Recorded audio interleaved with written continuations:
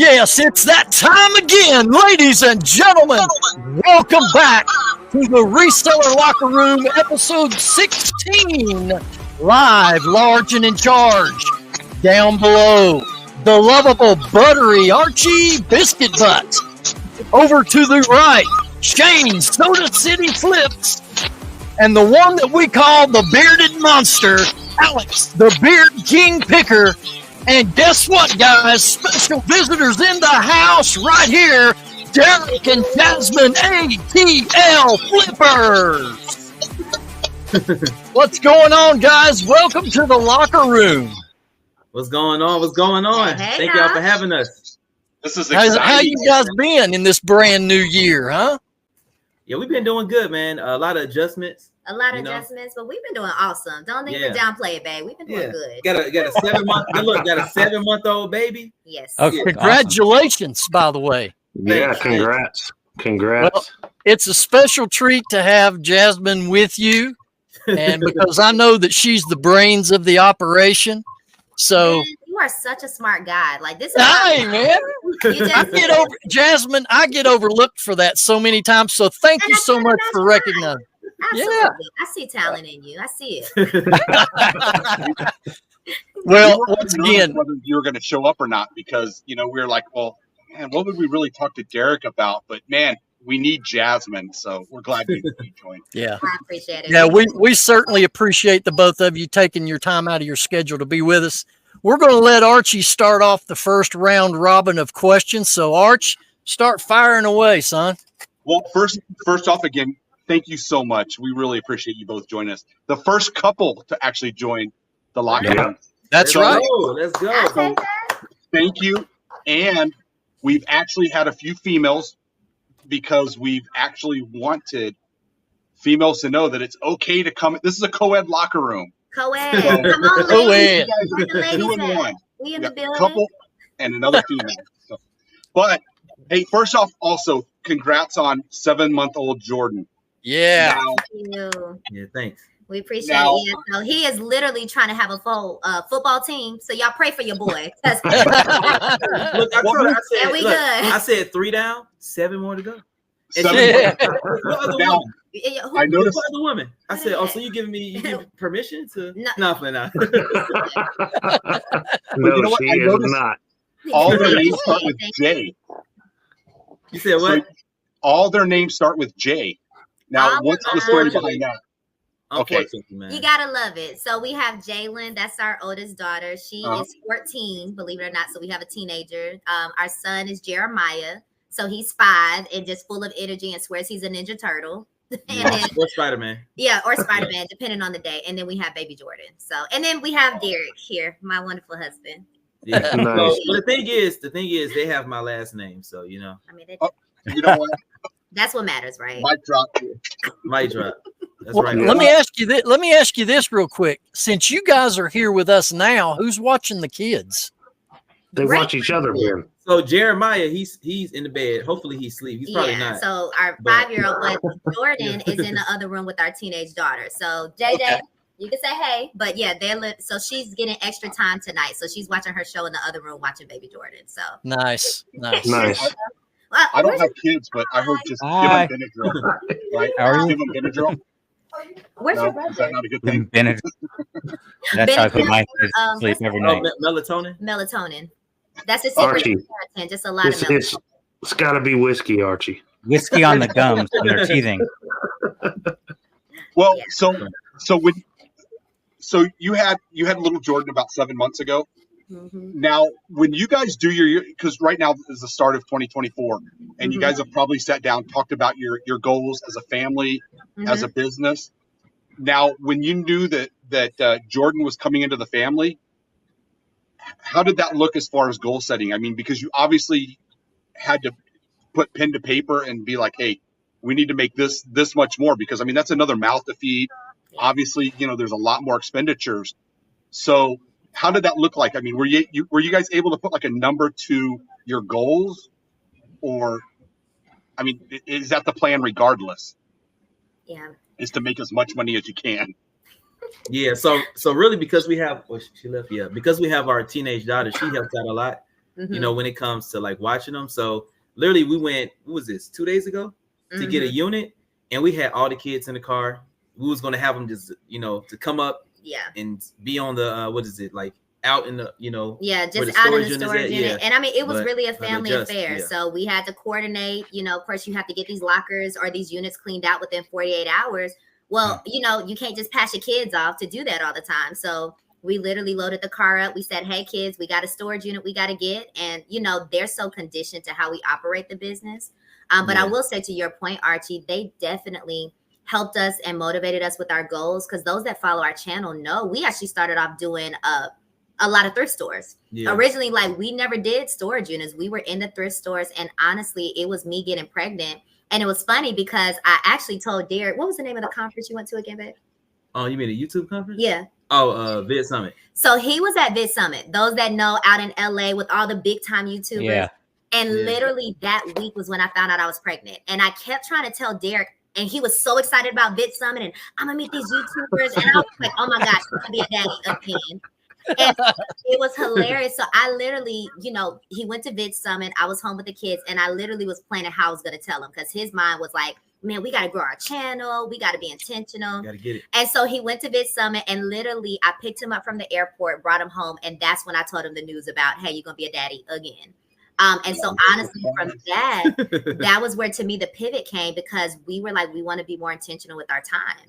So that's when Derek was like, babe, we should start doing storage units. Like, you get a storage unit. You don't have to wait in a thrift store all day. And so honestly, that news, I think, was when the wheels started turning. And you can probably speak to that, babe, of just, I just adjust, you know, and like how I'm built is because a lot of times growing up, I was in situations where I had to like do things quick. So I just adjusted and was like, all right, what's the best way that we can make time for not just the kids, but for us and also for the business where we're still, you know, making money and everything. So I was like, storage units. Let's try it out. First storage unit, we found somebody's old dentures. And you know, I wanted to give up, but I was like, you know what? How much did those go for online? we actually gave it to her dad, but not stop it. We call them senior for those that follow the channel. Yeah, but no. But you know, if there's gold on those dentures, though, because I have heard of people making money on gold dentures.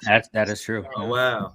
Yeah, I bet it's a lot of money, man. Yeah. 18, 14. You know, in life, as well as the reselling business, what you were saying there, Derek, at some point in your life, on many occasions, in my case, you got to learn how to pivot. That's right. You know, that's key. Yeah, for sure. But before we get too deep, because I really want to hit this storage bin stuff, because I've been binge watching your all's videos, dude. Yeah. So I've got a lot of stuff having to do with that. But I want to roll back time just a minute. All right. Okay.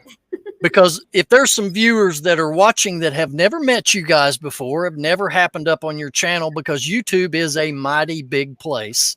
So I want to start with a really a basis of, tell the viewers how the two of you guys met. Let's just start right there and go to the next thing. Cool. Right. So do y'all want to hear like her side or the truth? Don't be brand new. Oh, you want to hear her? Okay, go ahead. No, babe. Go ahead. So we go locker room, babe. Go ahead. Hey, there's two sides to every story, so we could hear both sides. Thank you. Well, you said the truth, so I figured. It's my side, of course. My husband always Archie, come on, embellishes. man. So it's hilarious. So those that don't know, so Derek and I, funny story, we grew up literally 2 minutes away from each other, but never met. Like, it's so crazy. So the day that we actually met, we met on the other side of Atlanta. And so it was actually like this community festival day. In Atlanta, it's a neighborhood. They did like a neighborhood festival, right? And so it was like a parade. Yeah. And so those that know Derek, he plays basketball, has always been a beast of basketball. So he was actually invited to, like, what was it, a 505 tournament? Yeah, 5-on-5. So a friend out the blue called him that day, invited him to the tournament. That same day, I was supposed to be somewhere else, and my dad, who's actually a minister, was supposed to speak at this festival.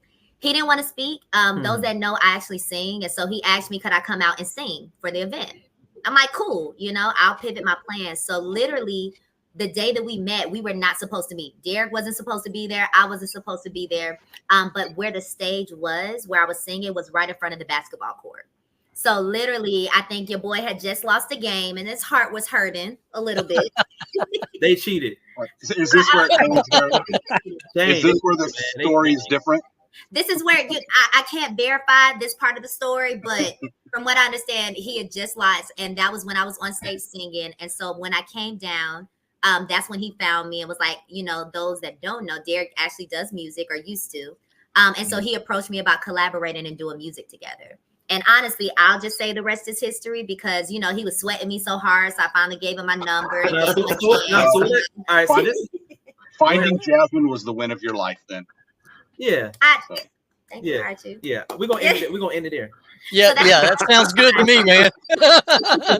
Yeah, but no, it was cool. So we met that day, and literally from that moment, because at that time Derek was on his college basketball team, so he was traveling a lot, with that. I was just getting in back in school. I was in my senior year in college, so we were both very busy, and so we weren't long distance, but we just connected, and the rest is history. Mm-hmm. Sweet. So how did you guys get into reselling? Yes. Was that together, or had you started that before you guys actually met? Yeah, so I started it before we met. Mm-hmm. Back in the day, this had to be I don't even know what year, but I saw a commercial on eBay, like on TV, or I saw a commercial about eBay on TV, and I was like, man, this is fake.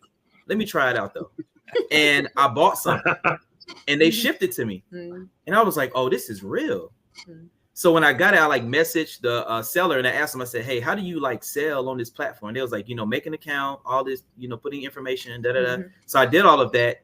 And I remember I had a pair of Jordan 5s, metallic 5s from 1998 that I couldn't fit anymore. So I just posted them. And at that time, it was all auctions. It wasn't buy now auctions. Yeah.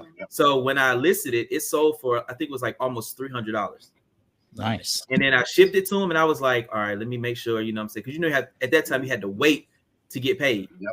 So when I saw that I got paid, I was like, I got me a new hustle. Yeah. Then I took that money and then I went to Value Village, Goodwills, and I just started buying shoes and started kind of fixing them up. And I was using the Walmart acrylic paint. And I mean, buyers was heated too, because they was like, man, I wore these twice and the paint is coming off. And I was like, man, I don't know what to tell you, man.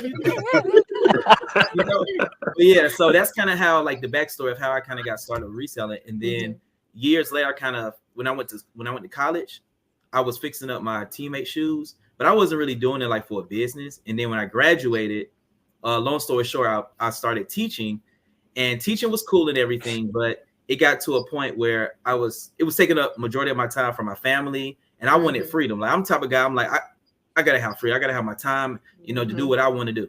Yeah. So I started back reselling, and 6 months in, I was making double what I was making teaching. So then at the end of the year, I was like, babe, I feel like God is leading me to, go full time in this thing.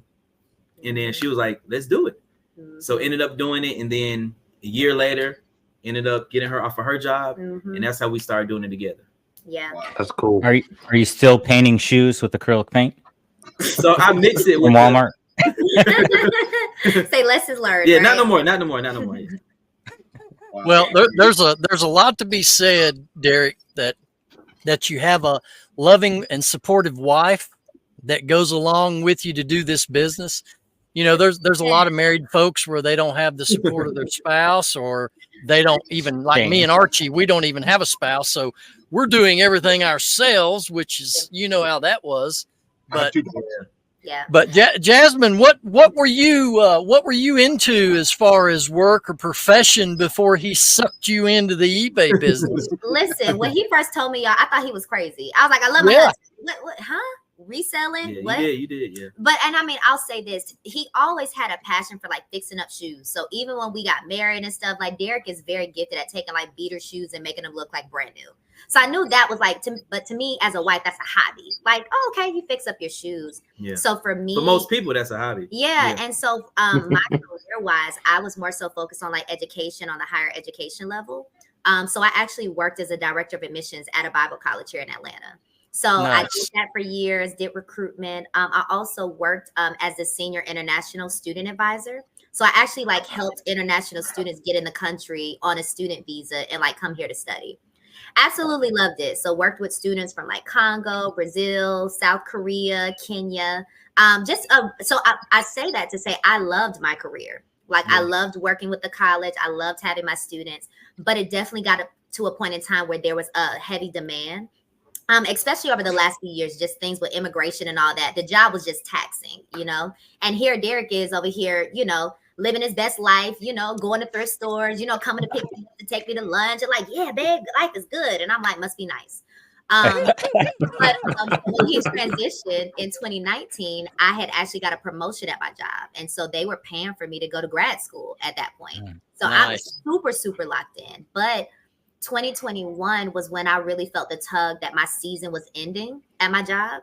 I didn't know I was going to be working with Derek, but I just knew that I needed some. Yeah, he did. Yeah, he did. Something different than the 9 to 5. And so, funny story. I remember turning in my 30-day notice at my job. Had no job lined up, but I was very adamant. Like, I know my season is up. And I remember praying, and God was like, I got the next thing for you, but you got to take the step of faith. And so turned in my 30-day notice. I had interviews, all these different places, and none of them I had peace about. Like, some of them had offered me jobs, and I was just like telling Derek, like, babe, I just don't think this is it, And I remember him coming to me on my last day of my job and was like, babe, have you ever considered working with me full time?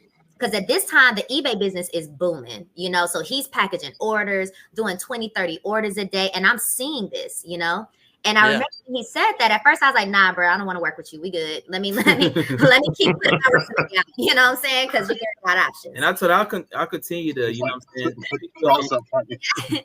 But the more I thought about it, and his point, which is so amazing, was that rather than using your skill set out in another company, put it in our home, put it in our house. Like, because for me, I'm very big on administration and organization. And that was honestly the area that we needed with the business as it was growing so much. And so, it took me a night. And then that next day I came to him and I'm like, babe, let's do it. Because at that point I'm done with my job. The kids, I think, were going back to school. So this was like August 2021. So we literally sat down, had a meeting together, and really dreamed out what the business would look like with the both of us doing it. And we've been running together ever since, Yep. That's awesome. Yeah. That's really cool. Yeah. My wife could care less about reselling. Yeah, I was just going to say, Shane, be encouraged, because I was that wife that was the naysayer. And I do own it, and I admit it. And I was like, this ain't my realm. But I will say that, being in it now, I can't imagine doing anything different. I love it because of the flexibility it gives me. But on the outside looking in, sometimes you're like, can you really make a living off of reselling? Can you really pay your bills? I had to get in there to see it is very much possible, Yeah, you just got to. Yeah, and she supports me 100%. She just doesn't care about it. Like, she likes going to thrift stores, but she's not looking for anything to resell. She's looking for something for herself. But you know what? Some couples just aren't meant though to maybe work together like that. So they found the perfect union and able to for sure. It sounds like it. But it might be best that you and your wife are kind of separate when it comes to the business side. And I'm sure there's a lot of couples like that. Yeah. So that's awesome that you guys found a way to do it together.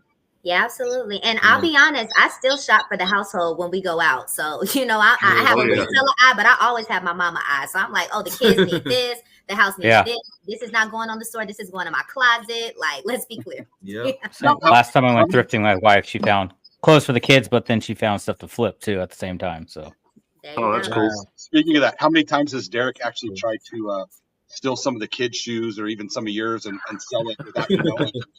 That's a whole situation in our household. It's so funny because our son Jeremiah, the 5-year-old, literally went through his little shoes and took it to him the other day. I was like, Daddy, can you sell any of these? And it was so funny because he already knows the reselling mindset. Like, he literally brought you like 10 pair of shoes. Yeah, that's killer. Yeah.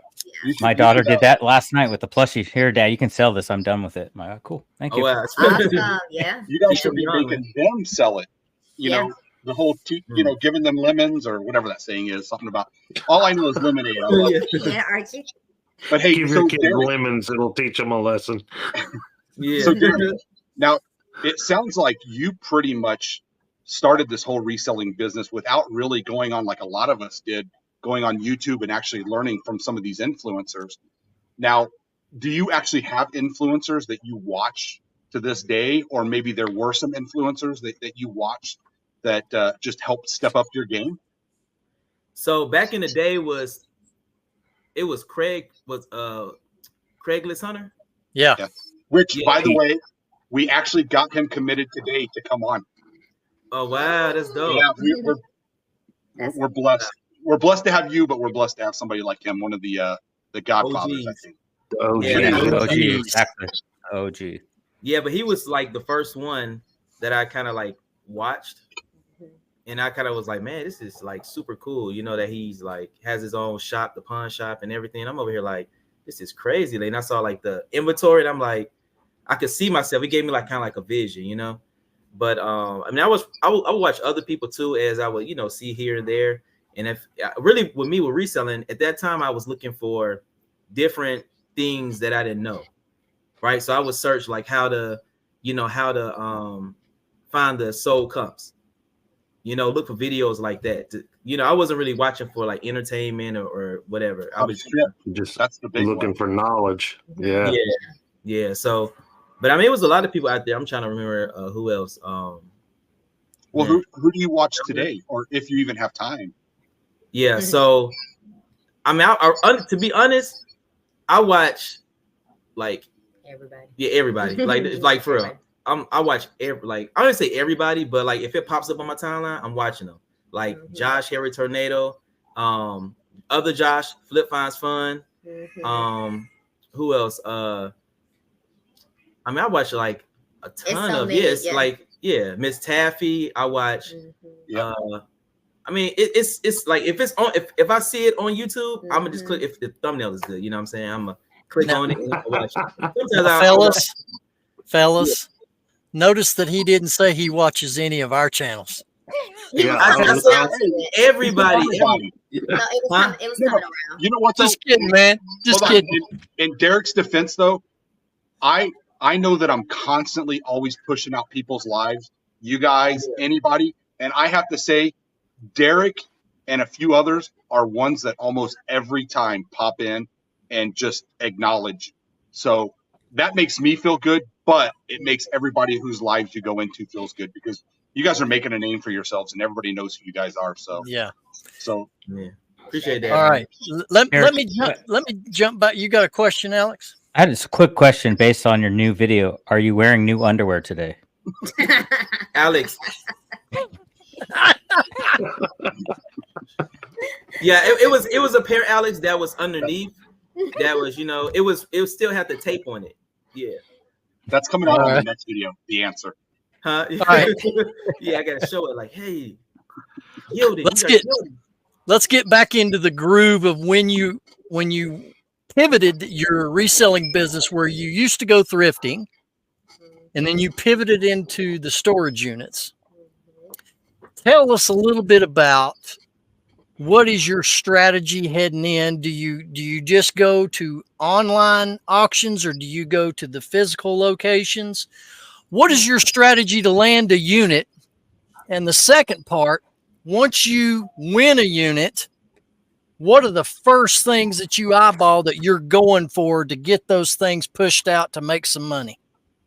Okay, so great question. So when it comes to live auctions, a lot of the live auctions in Atlanta, I don't really see any live in Atlanta. They're like further out, like in the country areas. So I'm not driving 2 hours to go to a live auction. I'll just go on Storage Treasures and I'll just, so you have Storage Treasures, you have Locker Fox, you have Storage Auctions. Those are kind of like the top three a lot of people, go to. So I'll go on all of those websites and put in the zip code, put in my radius. If it's 50 miles, 100 miles, I'll put it in. And then I'll search, and you can even go to filter and search. Like if you're looking for electronics, or if you're looking for safes or whatever, like those, if it's in the description, they'll pop up when you put it in the filters. So a lot of times we look for shoes, right? Shoes, and now we actually start looking for like clothes now too, because flea markets, we actually make more money at the flea market when we sell clothes than we do with shoes at the flea market. Yeah. So that's kind of what we do what I do when we go online. And then I'm really eyeballing like the condition. So I'm looking for, because a lot of people, they look for boxes and bins, those units. But here in Atlanta, those units, they're going for sometimes over $1,000. Yeah. Right. So I'm looking for specific things, like if like a unit we got, well, I don't want to spoil it, but video ain't came out yet. Yeah, it hasn't came out yet. But if I kind of like, I try to see who that person was based off of the things they have in the unit. So sometimes if things are on the ground or on the floor, that doesn't mean they're a trashy person or whatever. Like I'm looking at the contents, but also like if they have, like, for example, if I see like what's those little vests that people wear, like the like trucker vest type things. Yeah.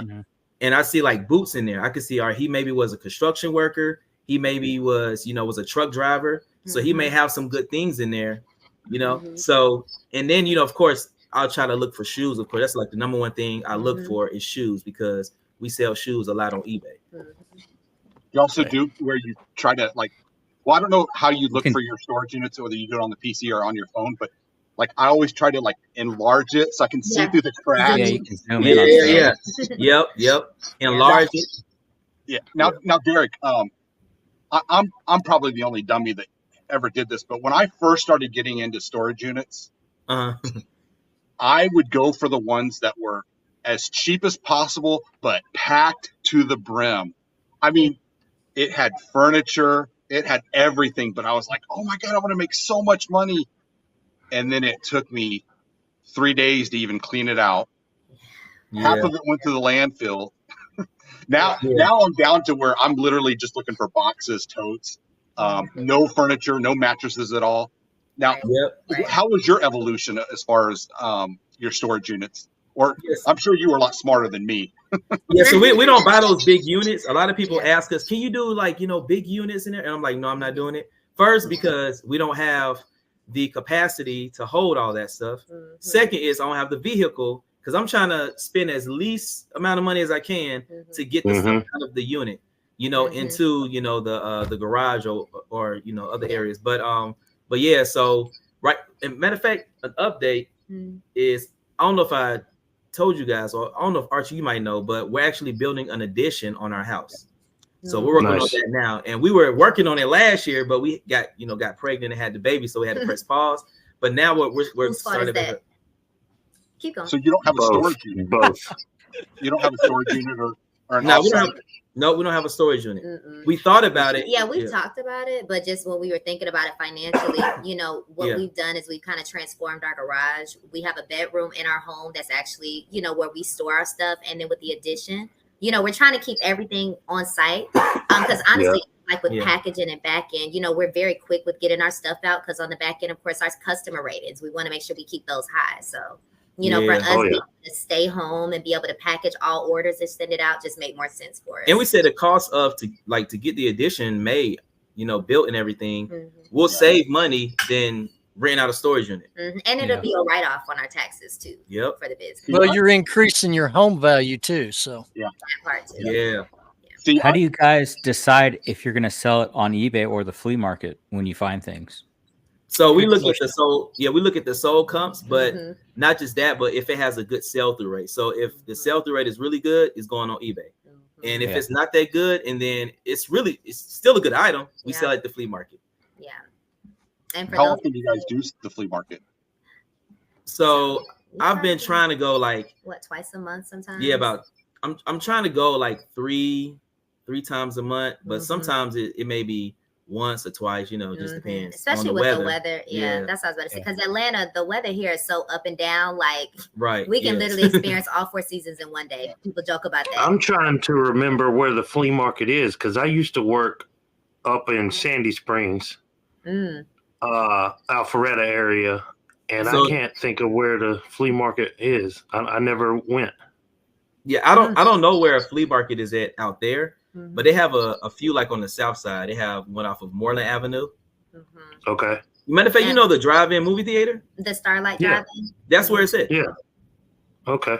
Yep. Yeah, I never knew that.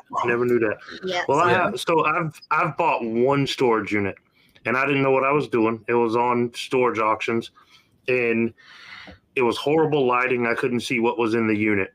I won it for $50. Nobody else wanted this thing. and it was full. I did make my money back. I made more than my money back. I made enough to buy a new laptop, but Nice. that was off a set of PA speakers that I didn't even know were in there. Wow. But it was a lot of disgusting items in there. It was a lot of dirty, never washed clothes. There was like a little mini fridge with rotten meat in it. And it was just nasty. And I've not bought another unit since then because What I'm did you do with the meat? terrified. I live in the country, so I fed it to the buzzards and stuff. But I'm terrified to buy another one because it was so nasty. And I'm just curious. First off, what was your first unit like, and how often do you come across units like I just described, just complete filth? I'm just curious because I want to do another one, but I'm terrified I'm just going to get another unit like that. And yeah, like I said, I made my money back. I was lucky there was a pair of speakers in there that I could sell, but that was the only thing in there worth selling. Yeah. So one of the unfortunate things about buying units online is you can't you're not physically there, so you can't see how it smells. Yeah. So that's one thing, but our first unit that we got, again, it had the teeth in it, the dentures, but it also had, the reason why I bought it, I think it was like $30. Yeah. But the reason why I bought it was because I saw a pair of Kobe's in there. Nice. Right? But when I got there, the Kobe's were like, the bottoms had holes in it and everything. And everything was just, it was a trash. When I say trash unit, it was a trashed unit. Boo-boo. We made probably was like 2 shirts in there. Yeah. But probably broke even, but it wasn't, that good, whatever. But really what encouraged me was I said, you know what? All because this unit wasn't good, that doesn't mean I'm gonna give up. Like, I'm the type of, where it's like if I'm gonna give it 3-4 chances, and if it's not good, and then I'm like, all right, I maybe kind of need to, look at some other options. But I would say, like, when you're looking at the units and stuff, like, make sure that the lighting is decent. Make sure the pictures aren't blurry because you don't know what you're getting. And then I would tell you, like, if you see, say, like, a Yeti cooler, right? If you see a Yeti cooler in there, you see some jackets and maybe Harley Davidson jackets or something, right? You know that the most you're probably going to spend on this unit is like $250 because you can make that off of the Yeti and the Harley Davidson jacket. Yeah. So more than likely, if it's some good things in there, you see good brands, it's probably more of it in there. So yeah, I would go a little bit higher. So instead of going 250, I would go 300, 350 at the most and have that cutoff. And if it goes higher, then hey, it goes higher. Yeah. And one thing I do, Shane, is just, my personal opinion, like, storage units is a gamble. You know what I mean? Just as anything business. But I will say, for every bomb unit that we find 10 more with like amazing things that we make our profit in, So it evens out. Yeah, it really does. And we don't find that many like bomb, like, and we really don't. And I'll say this, like, Derek has gotten really good at like those key things. Like, the more units we bought, the more I feel like, you've honed in on like the specific things to like look for. So the quality of our units over time, as we stayed in it, has gotten much better. And even if you notice, like with us now, like, we put gloves on, like, we know when we go in to do videos, and you're gonna get some of that stuff, but on the back end, sometimes like the reward that you get on it is so much greater than some of the funky stuff that you may find in there. And what I would say too, Shane, is like, if you're kind of like, you don't want to spend your money, because you don't know what you're going to get, I would like go up to a storage facility and just ask them, go around and say, hey, do you have any units that nobody, that went for auction, but nobody paid on it or nobody bidded on it? Because a lot of times they'll give you those auctions for free. Yeah. Those units for free. Wow. With you. Okay. Yeah. Well, even cool. On storage treasures, every now and then I'll get 3 notifications that say, hey, this is free if you want to come get it. And they mass send it out, so you have to be quick. But one thing I was going to say, just like you, Shane, you found your first one and you just put too much time into it, like I did. A lot of new people that get into this storage unit business, I don't think they know that they really have to factor in their time, because it's not like just going to a garage sale. You pick up something for a couple bucks, you go home, you list it, and you're pretty much done with it. I mean, you have to sit there and you have to go to the unit first. Then you have to take everything out, load it up, take it home, process it. And you have to calculate that into almost a per hour how much you're going to make per hour. Yeah. And it's got to be worth it. Because like I say, you can just go to the thrift store. You can go to the bins, pick up stuff quick, go home, list it. It's not the same. Yeah, and I see a lot of people, they have to rent U-Hauls and things. I'm fortunate enough I own a trailer. So I just took my trailer, hooked it up to my Jeep, went, picked everything up, brought it home. And that's another cost though, right? Because you got to think about your fuel cost, or if you have to rent a U-Haul or a trailer or whatever, it's got to be worth it in the long run. And again, my one unit I bought, I got lucky. There was a pair of PA speakers in the back that nobody saw, and I sold them for a pretty good amount of money. But that was the only thing worth it. But just hearing that from you guys, that's inspirational. So I'll definitely be looking into it. And now I didn't know about Locker Fox and Storage Treasures. So that's two more places I can look for in my area. And do me a favor, man. Don't quit, man. Give it another chance, man. Don't quit. Yeah, it's been about six or 7 months, so I need to do another one. Yeah. Ben, Alex, go ahead. Are you guys sourcing together, or is it one of you doing the bidding? And if you're doing it together, is there ever a time where one of you agrees that you should go to a certain amount and the other one disagrees? So I usually do like majority of the bidding, but I'll go and I'll ask her like, hey babe, do you think this is a good unit? Do you think we should get it? And she's like, well, you're gonna get it anyways, so go ahead and get it. I know my husband. Yeah, but she'll give me some critique, whatever. Like if it's a women's unit, like she'll say, well maybe, she was a college student, so she's probably not gonna have a lot of expensive good things in there. Because I don't know a lot of like decor, all that stuff. I don't know. I just see totes. So she, gives good advice when it comes to the women's side of things, and yeah. All right. I've got a series of rapid fire questions for you. Okay. Nice. So ready? I'm going to ask one, you answer, and then I'm going to ask another, you answer, and I'm going to ask another, you answer. You ready? Got it. Let's get it. What is the biggest investment that you guys have put forth on a storage unit, dollar-wise? I'm curious to hear this one, Ben. Yeah. Good question. The most we spent was $270. That's the most you've spent on a storage unit. That's the most we spent. Is that your That's final? not bad. Well, we work our budget around here, Ben. We work our budget. Look, like I said, I'm trying to get everything as cheap as I can. Like, no, I like it. Question number two. Question number two. What is the least amount of money you have invested in a storage unit? $0. Goose. $0. Question number three. Thinking of last year, guys, how many storage units did you obtain for your business? Or how often do you purchase? Either way you want to answer. And you can also answer how much would you want to purchase, because you probably would get all of them in Atlanta, babe. I'll get them all. Every I mean, was your all's frequency buying one unit a month, or were you buying one a week, or what was your frequency? It just depends on how many were available with stuff that we, were interested in. So sometimes if I can get 3 a day, I'll get 3 a day. Small units. That's true. Small units being what size are you talking? So 5 by 5, 5 by 4. If it's a 5 by 10 or if it's a 10 by 5, I don't want it packed to the brim. It has to be like, bags or little boxes, little totes here and there where I can fit, in the SUV.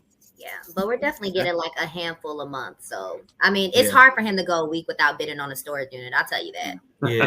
It's at least once a week, Now.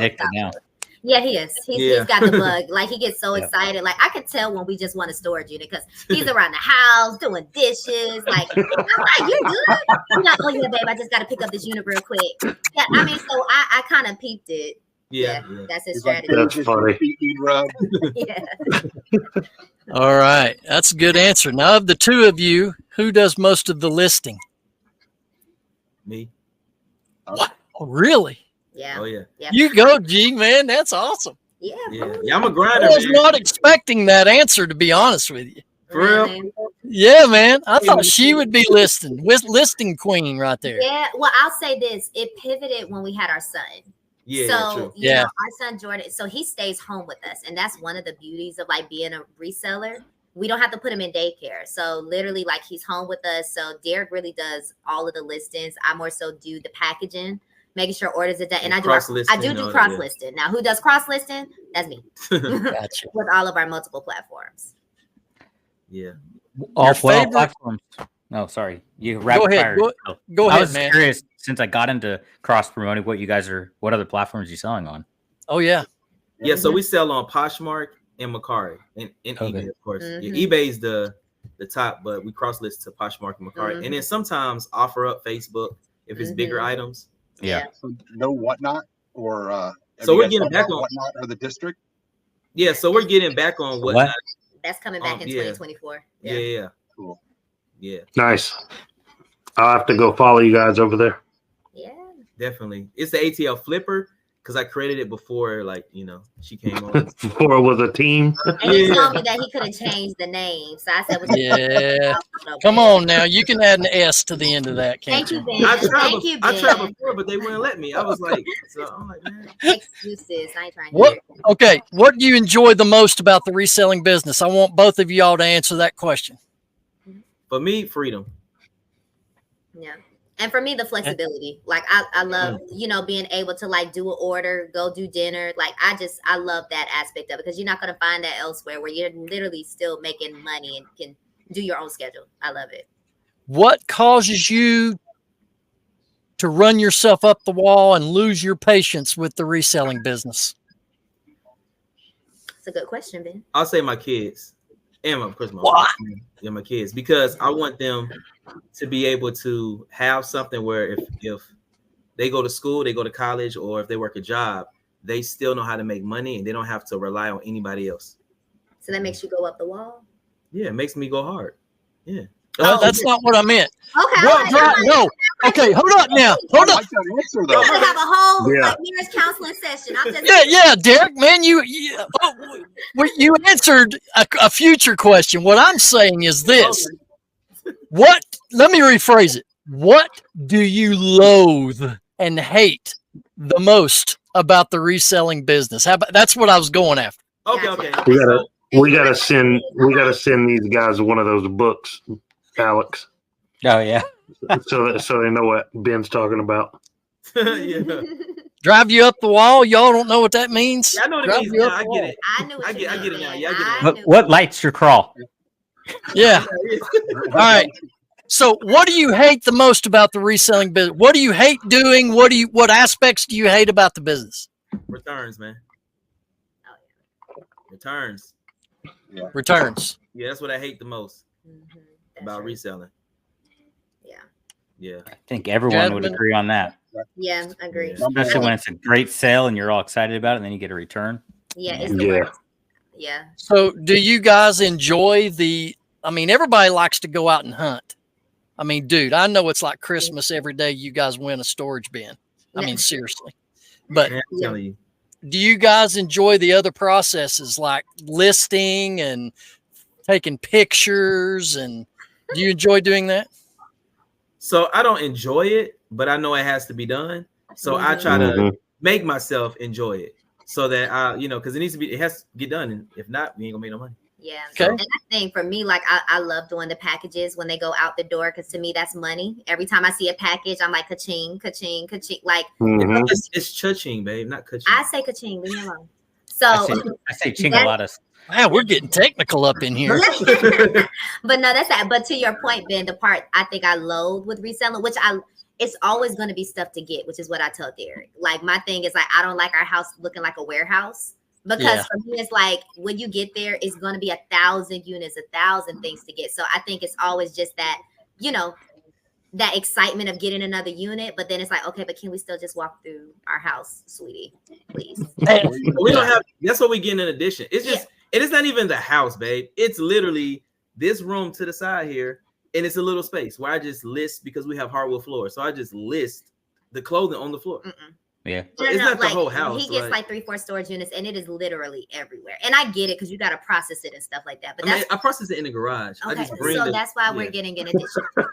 Keep going, guys. We'll be your therapist. Keep going. Yeah, go ahead. Let it all out. Let it all out. Yeah, we love each other though. This is how we do. I mean, he knows it ain't no secret. Yeah, but I mean, at the end of the day, it's still money though. So I'm okay. Hey, somebody cha-ching. Somebody just got a sale. I'm having the best sale Oh, that was you, day Alex? ever. Yep. Oh, Nice. All right. Breaking records today. Next question, Derek and Jasmine. Next question. If you don't mind sharing this, what are your all's personal goals for your business? Because, you know, we're 8 days into the new year. What are your personal goals for your business, or if that's something that you want to share with everybody? Yeah, I mean, yeah, we talked about it. Yeah, we talked about it. You can start off. I mean, and you can go detailed, like how many items you want to list every day, how, you know, any of those details. Oh yeah. Yeah, I mean, so the big picture one, obviously 2024, our goal is to get this addition on our house. I think we already have the concrete laid for it. It's gonna be what, 19 by 20 or something? No, it's 20 by 20. 20 by 20. 400 square feet. Yeah, so we have the contractor already identified. So that's number one. It's like we got to get this addition because with the storage unit business, it's grown so much that we have literally grown out of our house, truly. So that's number one. I think number two, we have personal goals individually with how we want to operate the business. So you want to tell them? Yeah. So one thing we talked about was like the timing, because it got to a point in the business where I was listing, I was cleaning shoes, I was doing this and that, and I was spending time with the family, but I wasn't spending quality time with the family. Yeah. So it was like, babe, the whole point of not working a 9 to 5 was so you can have more time and, you know, to spend with the family. So I was like, you're right. So what I started was I'm only working 4 hours a day for like reselling. So when it comes to listing, whatever it is, 4 hours a day. And I just, you know, what's so crazy is I would list like 50 items a day from 9 to 6. And I was like, if I tell myself I have to list 30 items a day in 4 hours, I'm gonna do it. Yeah. And I challenge myself. And then, you know, the consequence, you know, I have to give myself a consequence. If I don't list the 30 items a day, whatever, I'm giving myself a consequence, you know. And I don't know what it is yet because I've been consistent. You know, so Derek, that's exactly how I do for myself. You put the mental pressure on yourself, like, you know, hey, I've got 2 hours. I want to list 30 items as fast as thorough as I can go. Yeah. And if there's a chance you don't hit it, me personally, I feel I am down on myself because I let myself down. You know, we can get a lot further in this business, and tell me if you guys agree or disagree. We can get a lot further along in this business with more success if we're harder on ourselves. That's true. Yeah, I agree. You know, so guys, you got some more questions we want to go around here?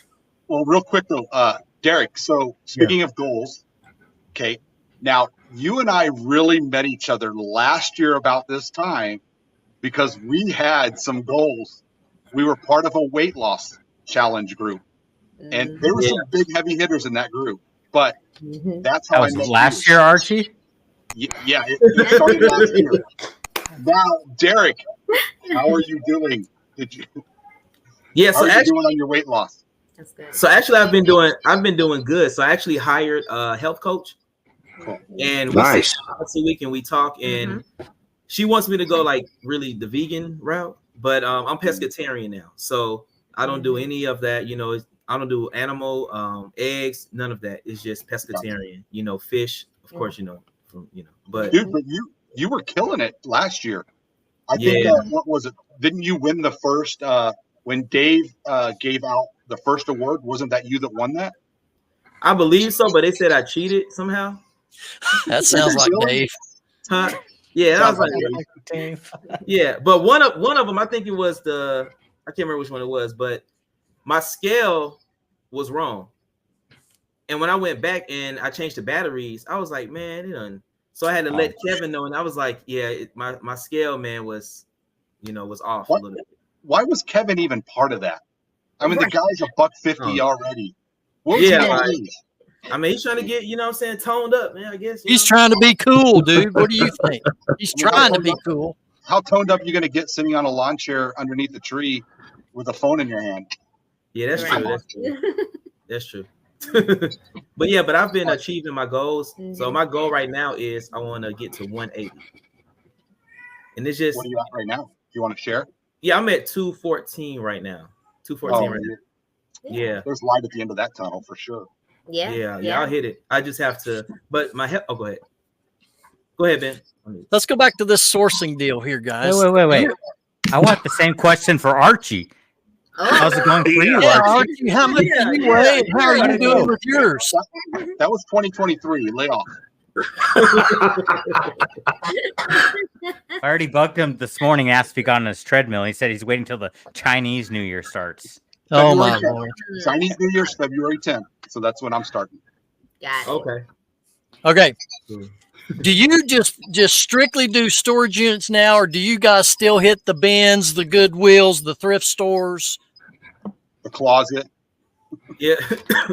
So for the most part, we do, storage units. But if we're like driving or something and we're like wasting time, we have some time. I was just about to say, we'll pop in the Goodwill. It's hard to pass up a Goodwill. You know what I mean? So if we got some free time, we'll pop in there. But it's so hard because it's like I'm looking at we go to Goodwill and I'm looking at the shoes and I'm like, $14.99 for $5 more. I could buy a storage unit. Yeah, and I mean a lot of that's a great point. All right. Yeah. I got some more rapid fire for you here. All right. What is the most expensive item you've pulled from a storage unit that you've sold on eBay? That was mine. Expensive item from a storage unit. Most profitable. Yeah, I'm like several of the shoes. The Gucci's. I mean, we sold a lot of shoes. Some 800. Yeah, I'm like the designer ones. That's what I'm thinking of. Yeah, we sold some shoes for 800, 700. We sold a pair of for 700. We paid 170 for the unit. Then the next day. Can you think of any item at any time where you broke $1,000 sale off of one item? $1,000 sale. From a storage. I mean, $800 shoes is pretty close. It's pretty close. That's impressive. And honestly, we found a lot of gold in these units. That's one of our gold. Like, we have yet to get it appraised to see what it is. Like, I'm talking about 8 karat, 10 karat, 12 karat. And 8 carats, 10, 14, and 18. Yeah. So we haven't even priced that out yet. So not to say we can't break 1,000. We just gotta get it to the jeweler to really get it appraised. We just had so much inventory. Yeah, I don't know item we broke 1,000 off the top of the head. Can you guys maybe remember the biggest score out of just one particular unit, like in total, everything? Like one unit that just stands out? Yeah, it was our second unit. And that's what I'm saying. I was going to say to you, Shane, is that the first unit was boo-boo. Second unit, we hit, when I say jackpot. We hit gold. It was Alexander. It was nothing but designer. Louis Vuitton, Gucci, all of that. It was like back to back. You right? Yeah, dude worked at FedEx, but he was blessings. Yeah. It was crazy. Yeah. And that's the pair of shoes we sold for $700. Came from that unit. Yep. I got to tell you, and I don't mean to overshadow anything that you guys did, but this was 2 years ago. I bought a unit, and the only reason I bought it was because there's like 30 of these Amazon boxes, and it had that little lithium battery label. So I figured there's got to be something, and I kind of got into a bidding war with somebody, and I wound up winning it just under 600, and it wound up being a bunch of these knockoff Chinese Apple pens. Where I don't know if you know, but at least a few years ago, an Apple pen was going for like $100 if it was a legit, genuine Apple pen. But there wound up being over 3,000 of these little Apple pens. And what I did was I just put them on $9.99 free shipping, because 2 years ago, first class 4 ounces was literally, if I had to ship it from West Coast to East Coast or even to Puerto Rico, it was not even, I think, more than $3.40 something. So I was making $5 a unit. So just off all the Apple pen or those fake Apple pens, I made 15 grand. And then they also had like these crystal wine glasses in there. They had a Burberry jacket. I think when it was all said and done, I made probably close to 20 grand. Wow. That's awesome. And now that's what you search for every day. But unicorns. That's a gold mine, right? Ooh, I love that. Yeah. I've watched some episodes of you guys, and you're going through your storage units there, let's tell our viewers, when you run across firearms, how do you handle those, and what is your process? So what we have firearms? That's what I would say. Yeah, that's what I was gonna say, Alex. We've never come across firearms. Nah. So we found a 1919 rifle, but you know those rifles don't even like work anymore. But you know we found it, so we didn't have to take it to the police because they're like collectibles or whatever.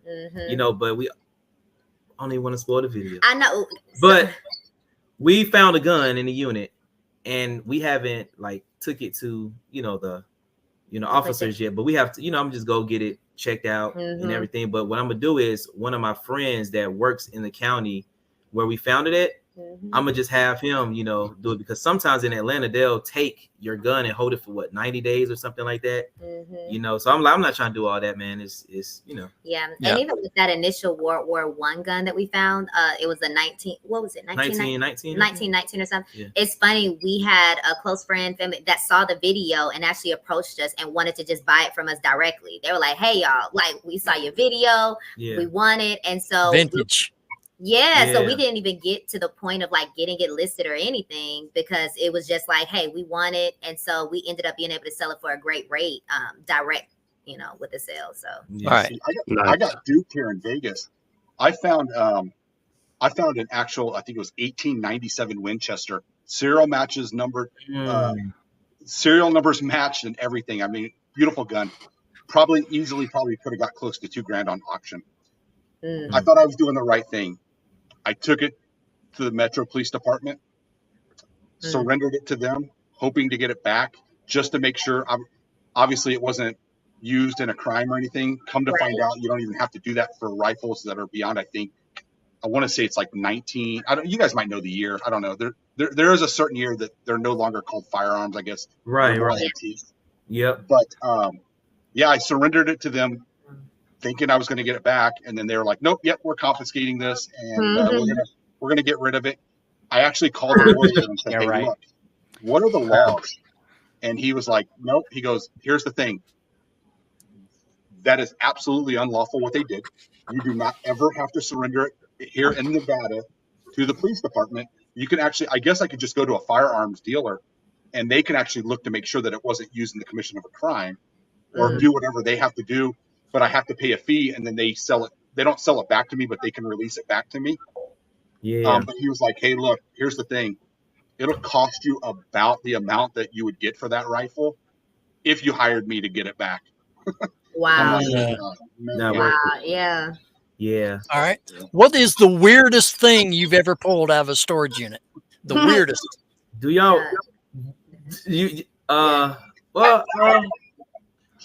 I mean, keeping it clean, bro, because I know stuff that you can find in some of it.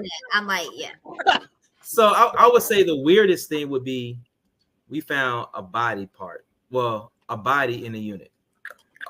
But it was look at Alex's face. He like explain that, bro. But it was the ashes of a body.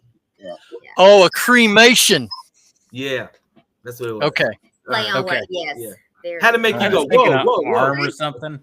Did you comp it? Did you comp out the urn to see what it was bringing on eBay?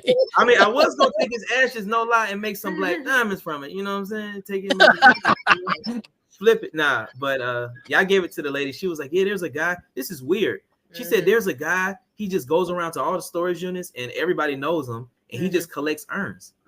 And he goes, and every year he'll have like a whole car full of urns, and he'll just go and drive to Florida, and he'll just dump their ashes out." Yeah. And I was like, that's nice, man. But that's kind of weird. Yeah, that's cool. That's cool. Well, do you try to surrender it back to the facility though, so they can give it to the old owners? Yeah, so I just gave it to her. And but thing is, like, the old owners didn't pay on the unit, so more likely they're not gonna come and get it. And that's a good point. That is a good point. So anybody that says, why not do that? That's why. A lot of times it'll just go to the dump. They let it go. Right. Yeah. All right. That's super sad. Yeah. I want to leave like a family member in an urn in a storage unit. Right. Yeah. Yeah. In the units that you guys have purchased, how many of them had safes in them? A lot of them. A lot of them. But now the question is, how many of them has something in the safe? That's my next question. Yeah, that's how they get you. Yeah, majority of the states we find is really not much in there. Yeah. Okay. It's not Papers and not stuff. safe or anything like that. I mean, and you got to think they wouldn't let it just go up for auction, you know. Yeah. Or- Have you ever found any cash? Yeah, we found cash definitely. Like Cash? in pocket, in pockets, but not like in safes, but in pockets. Sometimes in like little was it like the little within envelopes? the envelopes, within the purses. I mean, we found gift cards. Listen, we used one from Waffle House, didn't we? Yeah, we showed it. Yeah. Had Maybe some birthday cards or all that. You know, people give money for birthday cards and stuff. I'm gonna buy a storage unit tomorrow if I can get Waffle House. Freaking yeah, buddy. I'm telling you. Derek, you'll agree with me on this. Though, Cards. open every envelope, open every card, because I have found cash. Oh, for real? In the cards? Yes, I have found. Yep. Wow. I even found somebody's graduation like lei, I guess, and it had a bunch of $2 bills, folded up. That's Wow. you But gotta let me ask open you the this, books just too. on that same line of finding safes and all. Now, how many times have you felt that a unit has been staged? Because sometimes there may be a safe that's been open, put up front on purpose. Have you ever encountered where you truly thought that a unit was staged? Yeah, I know for sure one unit was staged that I bought. And how I know was because when I got there, like, you pay your money and everything, and then they give you a receipt, all of that, and they go unlock the unit for you. So when I went, I was like, matter of fact, before he unlocked the unit, it was another worker in the back. She came out and was like, she's like, I can't remember the guy's name, but his name is Tim today, all right? So she was like, Tim, how much you want me to bid on the unit for? And he was like, she was like, right now it said 230 or something. He was like, go to like 300. But she didn't know. Yeah. So they're bidding it up. Right, but she didn't come out there. She was just talking to him, but she didn't know I was in the front. Yeah. And I was like, what in the heck? I was like, but that's dumb because the facility is only allowed to recoup the money that is owed to them. All the rest goes. So to me, that sounds like the facility is staging a unit from just stuff that is from other storage units that may not have sold. Right, but you gotta think too, right? If the storage facility, well, you got to think, you don't know whose unit it is. It could have been their unit that they rented out. Right. So, and they're going to get that excess check. Yeah. Right. So I went to the unit and I looked, and I didn't I saw it in the pictures, but I wasn't looking at it, but it had a whole bunch of black bags and all the bags were like ripped. So I was like, dang. And then it was like one pair of Jordans, like just, I mean, not pair, but one shoe that was a Jordan on like just randomly out on top of something, like facing the right direction, everything. And I was like, oh, they done got me. I said, he got me good. They got me good. So it wasn't, go ahead. Oh, no, go ahead. Yeah, it wasn't really like a lot of good stuff. Congrats, somebody. Yeah. Somebody wouldn't mean that's the thing too, though, is like that's two for me. Let's go, Alex. Good job. You don't know too if these people that work at these facilities too, though, before they start taking the pictures and everything, they've gone in there and actually taken anything of value. I mean, you would never know because you're bidding on what you're seeing in those pictures, and whatever was valuable in that storage unit before they took the pictures may be gone. But I'm also surprised that some of the things that I find, I'm surprised that somebody that works here didn't already come in and take this. Yeah. That's legit. Yeah, one lady at Public Storage, she told me, she was like, around here, man, depending on what area you're in, she said there are some people who work at Public Storage that they'll go in there, they'll take some stuff out, take the pictures because they know the person's situation. So they know sometimes the person is in a different state. They're not going to come all the way down here and get this. So they don't, so I'm like, man, like I said, I need to get a job at Public Storage. Nah.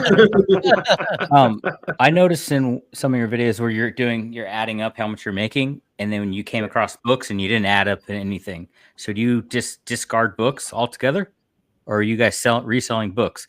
And if you're not reselling books, I'll drive to Atlanta and buy all the books. So I'll look up the books. Yeah, I'll look up the books because we've sold books before. We sold $150. Yeah, we've sold a few like medical books, nursing books. Some textbooks. Financial books. Mm-hmm. Yeah. Okay. and we sold them for good money. But we may have to take you up on that offer, Alex. Yeah, if you ever come across a whole bunch of vintage books, I'm 4 hours from you guys. I will drive and come get all the books. If you want to get rid of, I sell any media, so mostly books, but some magazines. Okay, I have like some older car. They're like from the 90s, early like hot rod magazines or something. I don't know cars. Cars, like old school cars, like yeah. But I can see some pictures. What about yearbooks? Do you guys find yearbooks and do you guys sell those? Yeah, so the yearbooks we find, they're really like 2020, 22, 20, you know. But if it's older ones, we'll definitely post them. But the newer ones, we talked about this once, and I can't remember who it was, but I think it was you, Ben, or maybe you, Shane. But you guys were like, "How do yearbooks sell?" Man, yearbooks sell, and sometimes they sell quick. It's crazy. Yeah, because I have one I got yesterday. A buddy of mine was he owned, I don't know how he was doing this. He owns a tree company. They remove trees and stuff, but he was tearing down a house and he found a bunch of books. So he hit me up. He knows I resell books. And he's like, I got boxes of books. Do you want them? And I was like, yeah, I'll take a look. There wasn't much in there, but I got them all, got home, and I found one 1981 yearbook from some school in Virginia. So that one's getting listed. And I think there was a couple other books that might be worth listing, but for the most part, it was all junk. But that was the first yearbook I'd ever found. Wow. Because you got to think, sometimes celebrities, like, people know what year they graduated and what school and all of that. So they'll search for the school and the year, and, you know, Brad Pitt. Okay. Have the two of you ever heard of the Highway 127 sale that happens the first weekend in August? Have you all ever been to that before? No, we haven't been before. Not yet. Okay. I heard it's good though. Oh man. I mean, we have a meetup. It's if you're familiar with the Two Old Guys Reselling podcast, they live in Crossville, and we had a meetup there this past August, a reseller meetup, and then we hit the trail. I mean, it's the world's longest yard sale. It stretches through so many states. You know, there was so much. We picked for 5 straight days. Wow. From the time the sun came up till it went down. Woo! And we probably only covered maybe 10 miles of the sale. What? So let me tell you, I want to extend an invite to you to this year's Highway 127 sale in Crossville, Tennessee. And it usually the sale officially starts on Friday, Saturday, and Sunday. But there are so many vendors there that they were already set up and selling on Monday. So I started my whole picking started on Monday through Saturday night. So we want to invite you guys, and we'll get you more information as we get closer to that. Yeah. Awesome. But tell our viewers, do you plan on attending any reseller rallies this year? And if so, do you know where you're going to be going, or do you all do that? Yeah, we definitely go to reseller rallies. Yeah, it's like we just haven't been. We didn't go this past year because of we took a break. Yeah. But we'll understandable at it this year. But I mean, it's because I know FlipCon. I don't know if they're doing it. Yeah, he sold it. Yeah. But I don't know if they're still doing it, if they're still having it. I haven't heard. I just didn't know if you. From what I understand, it was sold to one of the ladies who owns List Perfectly. So I don't know her plans, but that's apparently who bought it. One of the ladies there. Wow. All right. Nice. All right, guys. I want to hear this from Derek's perspective, and I want to hear it from Jasmine's perspective, respectively. Did I say respectively enough? Yeah. I'm getting proper up in here. All right.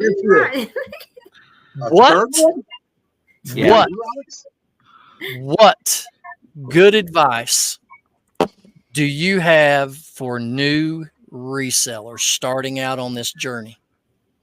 So I would say to learn as much as you can, right? Learn from other resellers who have made mistakes. We're all on YouTube. So learn from our mistakes, consume as much content as you can, educate yourself. And you got to think, you don't have to go to school. You don't have to have a degree in reselling to learn how to resell.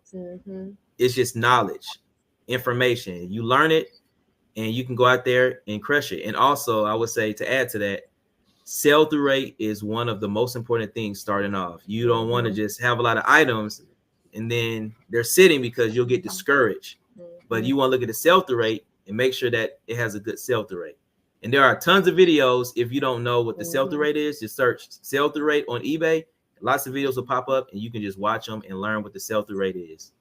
I'm going to recommend Chains. He just put one out. So okay. Go check out. Yeah. Right. Check So out right.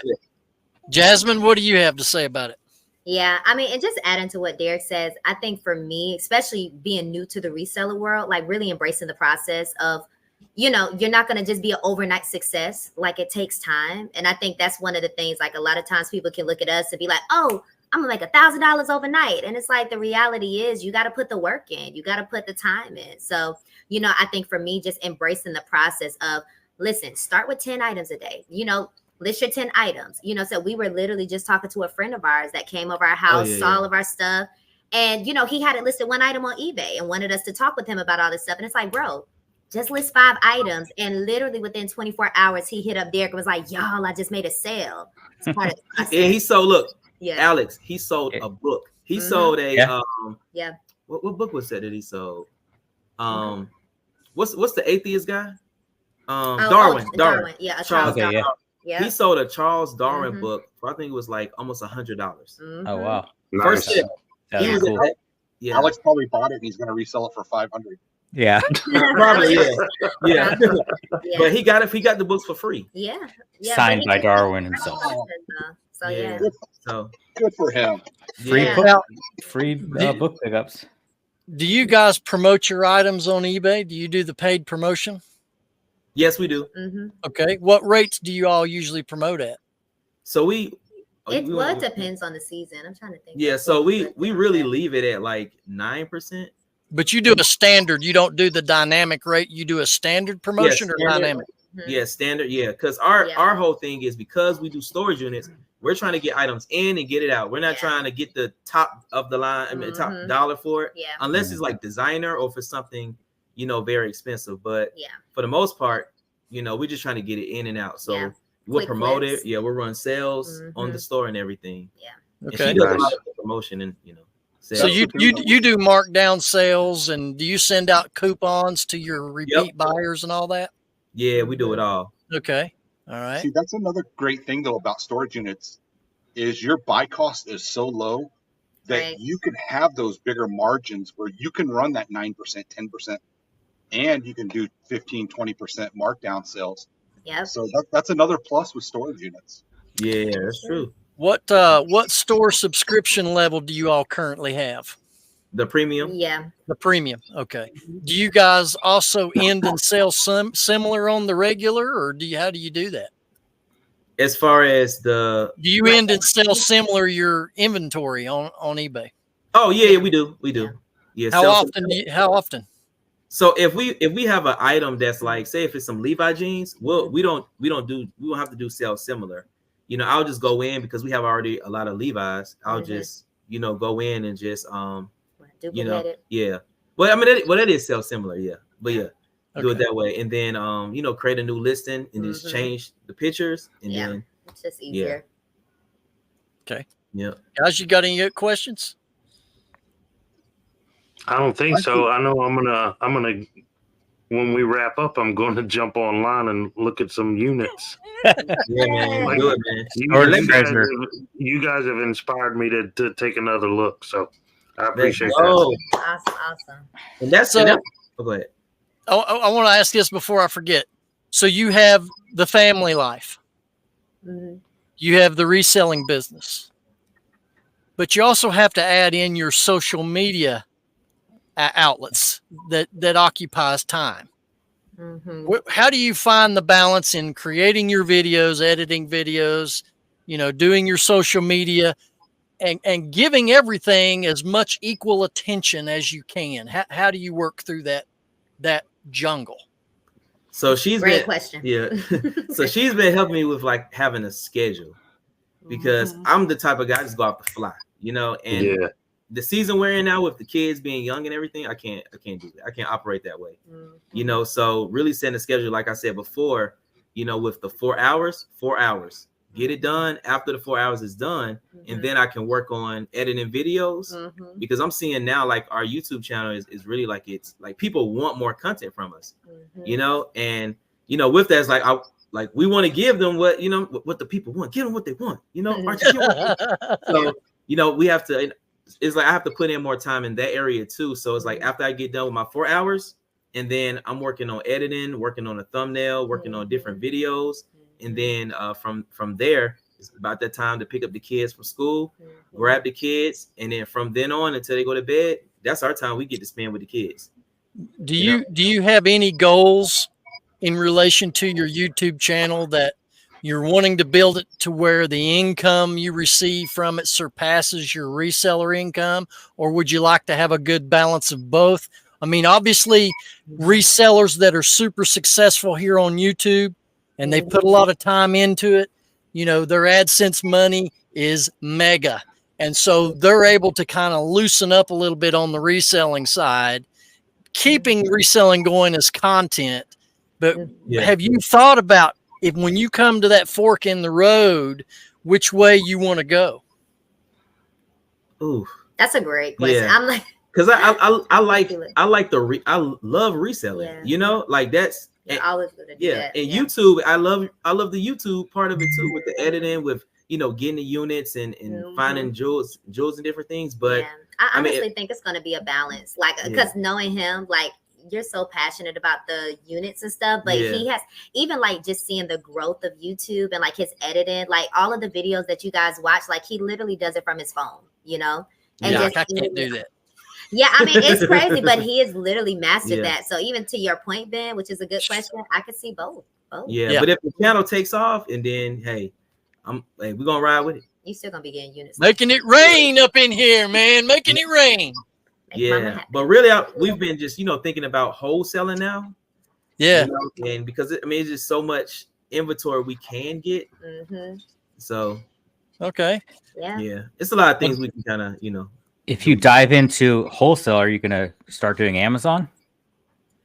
Well, probably won't do Amazon. Yeah, honestly. I'm thinking. Yeah, I'm thinking more of like wholesaling, like in the sense of we're selling it. So if it's like pallets of clothing, it's to other resellers, maybe. Yeah, to other resellers, and they can get it like super cheap.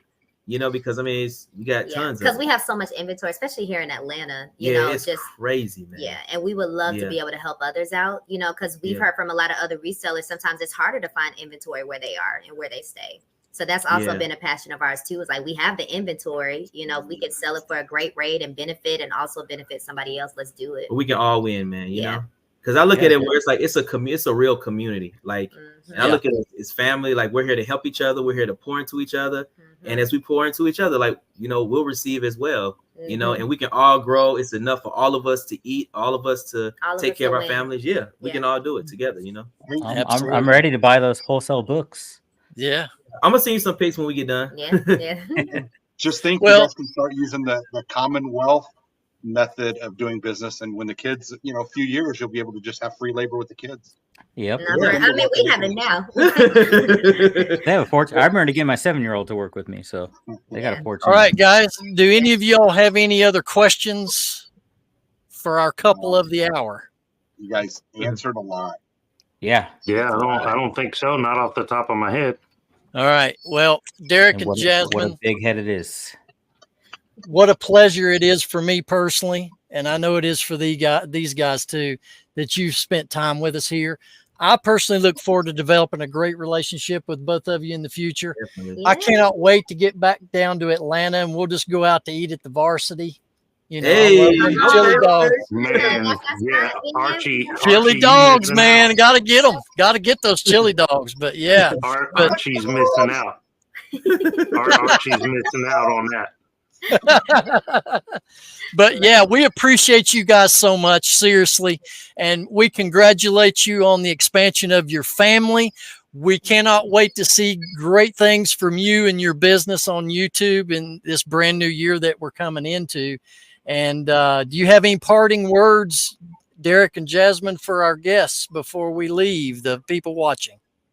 Well, first, thank y'all for having us again. Yeah, absolutely. You know, we really appreciate it, man. This was super fun. Yes, it was. Yeah. Yeah, but we guys, love y'all. You know, let's go. Look, don't give up. We're in the locker room. Okay, now it's time to get out the locker room. Get on the court. Get on the field, and let's get it. Let's go. Go. Yeah, Bobby, that's what it's saying. That's right. Thank you guys so much for joining us right here in the Reseller Locker Room. Give the video a like, thumbs up, hit that sub button, man, because we're chasing 1,000 subs. Thanks again to Derek and Jasmine. We love you guys, and we cannot wait to see you all right back here next time in the locker room. Peace and love. Love it.